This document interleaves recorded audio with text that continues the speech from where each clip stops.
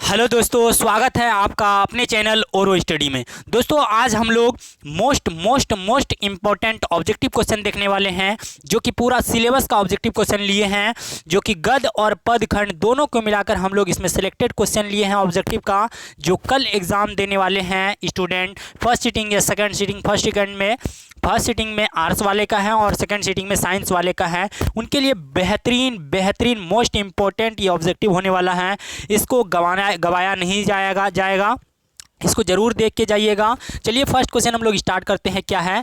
नेपाली जी का पूरा नाम क्या है? गोपाल सिंह नेपाली। सिर्फ आप लोग को सुनते जाना है, अभी तो लिखने का समय है नहीं, आपको सिर्फ सुनते जाना है, रिवाइज करते जाना है, एक बार रिवाइज करते जाना है। चलिए, नेपाली जी का पूरा नाम क्या है? गोपाल सिंह नेपाली।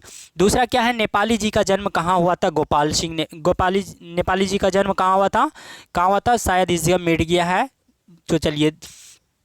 तीसरा है, उमंग किस कवि की रचना है? तो गोपाल सिंह नेपाली की रचना है ये। उमंग किस कवि की रचना है? गोपाल सिंह नेपाली की रचना है। अगला है, पंछी किस कवि की रचना है? ये भी गोपाल सिंह नेपाली की रचना है। अगला है, रागिनी किस कवि की रचना है? गोपाल सिंह नेपाली की रचना है। नीलिमा किस कवि की रचना है? गोपाल सिंह नेपाली की रचना है।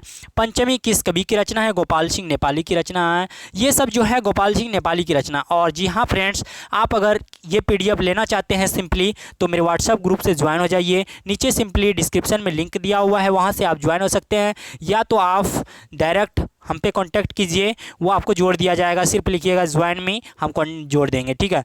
चलिए 8 नंबर है, क्या है?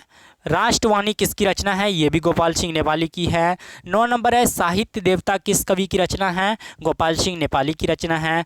10 नंबर है, मेरा देश बड़ा गर्वीला किसकी रचना है? गोपाल सिंह नेपाली की रचना है। 11 नंबर है, सुधा पत्र का संपादन किसने किया है? गोपाल सिंह नेपाली ने किया है।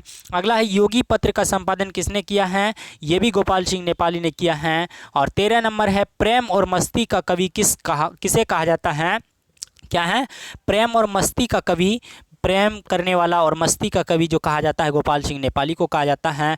जिसमें टिक लगा हुआ है ब्लैक पेन से, ये मोस्ट इंपॉर्टेंट है। चलिए 14 नंबर है, गोपाल सिंह नेपाली का जन्म कब हुआ था? ये 11 अगस्त 1900, दिख नहीं रहा है सही से, 11 अगस्त 1900 शायद कुछ लिखा हुआ है। चलिए 15 नंबर है, रतलाइम टाइम्स का संपादन किसने किया था? गोपाल सिंह नेपाली ने। चित्रपट का संपादन किसने किया था? गोपाल सिंह नेपाली ने किया था। सदियों से गांव में क्या चल रहा है? ठाट बाट और हाट। क्या चल रहा है? सदियों से गांव में ठाट बाट चल रहा है और हाट चल रहा है। 18 नंबर है, हमारे देश में ईश्वर का वास कहाँ होता है? कनकन कंकड़ पत्थर में होता है। कहाँ पे होता है? कनकन कंकड़ पत्थर से होता है। चलिए 19 नंबर मोस्ट इंपॉर्टेंट क्वेश्चन आपके लिए हो जाता है, ये है, भारतवासियों की बात कैसी होती? भारतवासियों की बात प्रभावशाली होती है। भारतवासियों की बात प्रभावशाली होती है। 20 नंबर है, मंदिर मस्जिद गिरजा की चर्चा कर कवि क्या बतलाना चाहता है? तो कवि जो बतलाना चाहता है मंदिर मस्जिद गिरजा की चर्चा करके, वो भारत भूमि अनेकता में एकता का भाव बतलाना चाहता है। क्या बतलाना चाहता है? अनेकता में एकता का भाव। चलिए 21 नंबर है आपके सामने, क्या है? भारतवर्ष का ज्ञान कैसा है? तो भारतवर्ष का ज्ञान जो है वो ज्ञान गंभीर और गहन है। क्या है? ज्ञान गंभीर और गहन है। चलिए 22 नंबर है आपके सामने, मेरा देश बड़ा गर्वीला किस कवि की कविता है?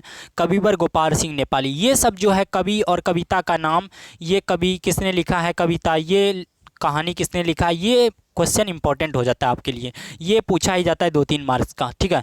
चलिए मेरा देश बड़ा गर्वीला किसने लिखा है? गोपाल सिंह नेपाली ने लिखा है। चलिए 23 नंबर है, 23 नंबर क्या है? कवि में किसका वर्णन किया गया है? भारत के सांस्कृतिक और प्राकृतिक सौंदर्य का। 24 नंबर है, कविता में भारत की किन नदियों का उल्लेख किया गया है? गंगा यमुना और सरस्वती का। किसका? गंगा यमुना और सरस्वती का किया गया है। चलिए 25 नंबर है, भारतीयों की पूजा पद्धति कैसी है? भारतीयों की पूजा पद्धति जो है वो शीघ्र होती है। क्या होती है? शीघ्र होती है। चलिए 26 नंबर है, कवि ने किस त्यौहार का दीपों का मेला कहा है? दीपावली। किस कहा है? दीपावली में जो दीपों का मेला कहा जाता है, दीप जलाया जाता है बहुत दीपावली में। चलिए 27 नंबर, दीपावली पर नटखट बच्चे क्या करते हैं? पटाखा छोड़ते हैं। क्या करते हैं? पटाखा छोड़ते हैं, ये सबको पता है।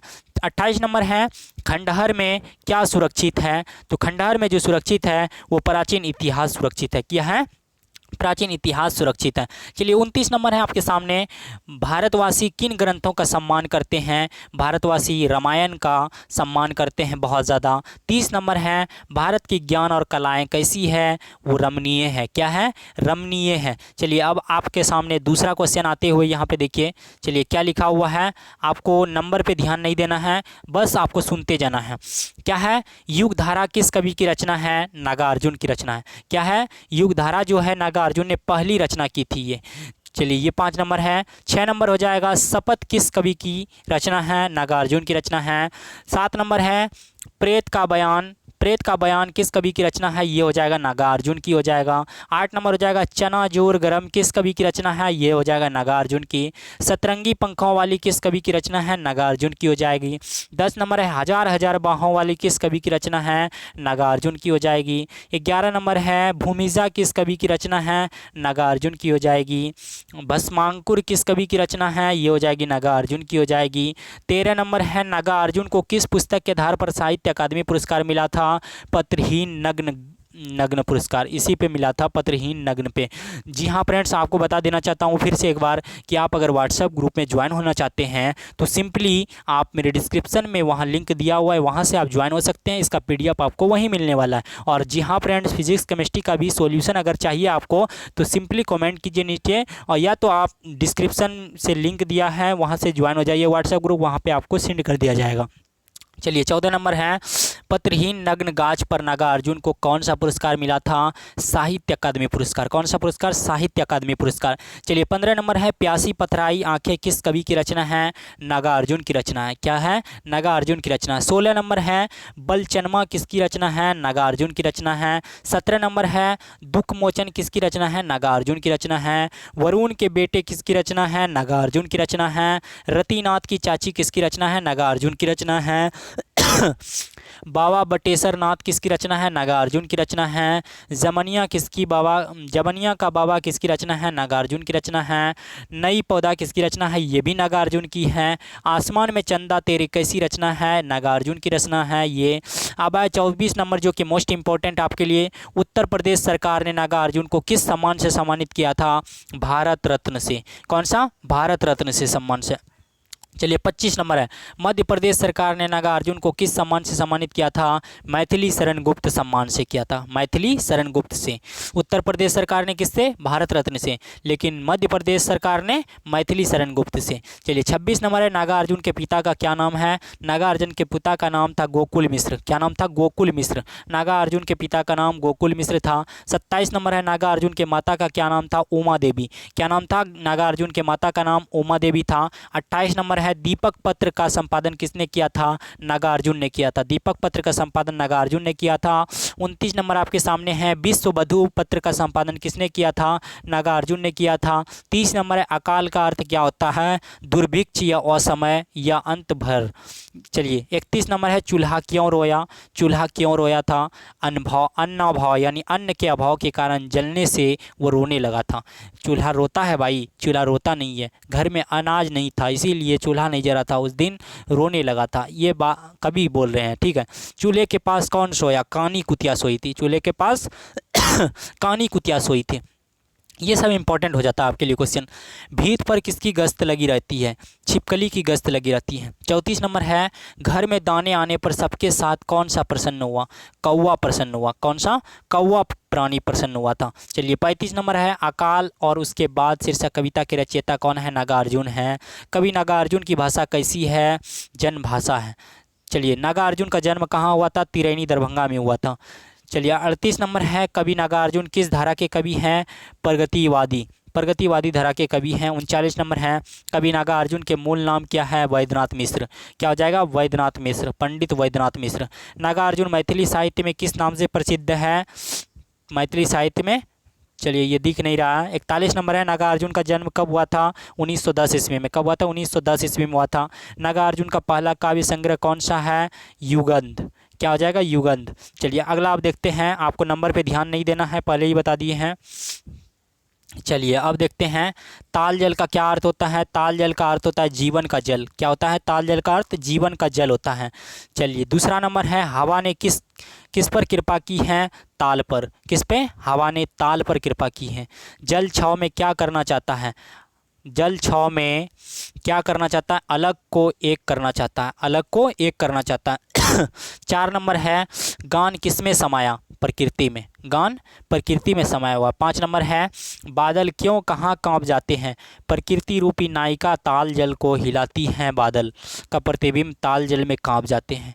ताल जल में कांप जाते हैं। अगला है 6 नंबर नरेश कुमार मेहता का जन्म कब और कहाँ हुआ था? 15 फरवरी 1922 ईस्वी में हुआ था। इसका जन्म नरेश मेहता का जन्म हुआ था।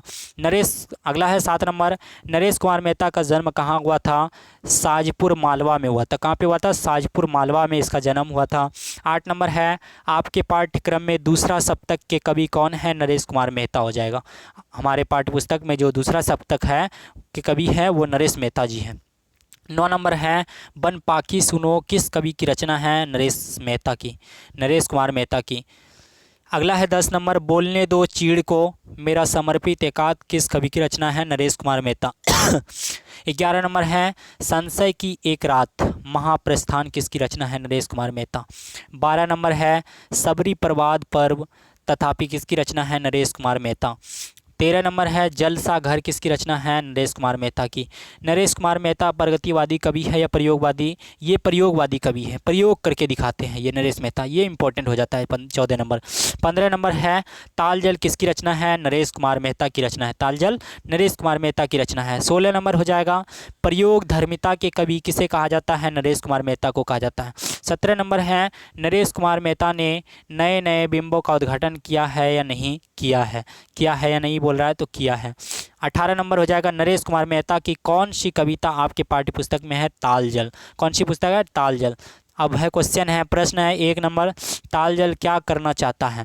ताल जीवन कमान व्याघ्र की जगह एक संस्कार एवं शांति चाहता है। क्या? व्याघ्र एवं संस्कार एवं शांति चाहता है। अगला है तुम किसका प्रतीक हो? तुम जीवन प्रकृति नायिका का प्रतीक है जिसके माध्यम से आज के जीवन की कुंठा व्यग्रता को व्यक्त किया है। चलिए अगला क्वेश्चन अब 6 नंबर देखते हैं। किसका ऋण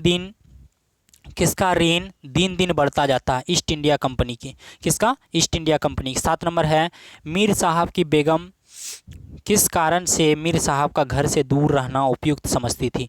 नौकरों के साथ इश्क लड़ाने के कारण। नौकरों के साथ इश्क लड़ाने के कारण। 8 नंबर है जब अवध का नवाब बंदी बना के ले जाया गया तो कौन सा ऐश की नींद में मस्त था? लखनऊ।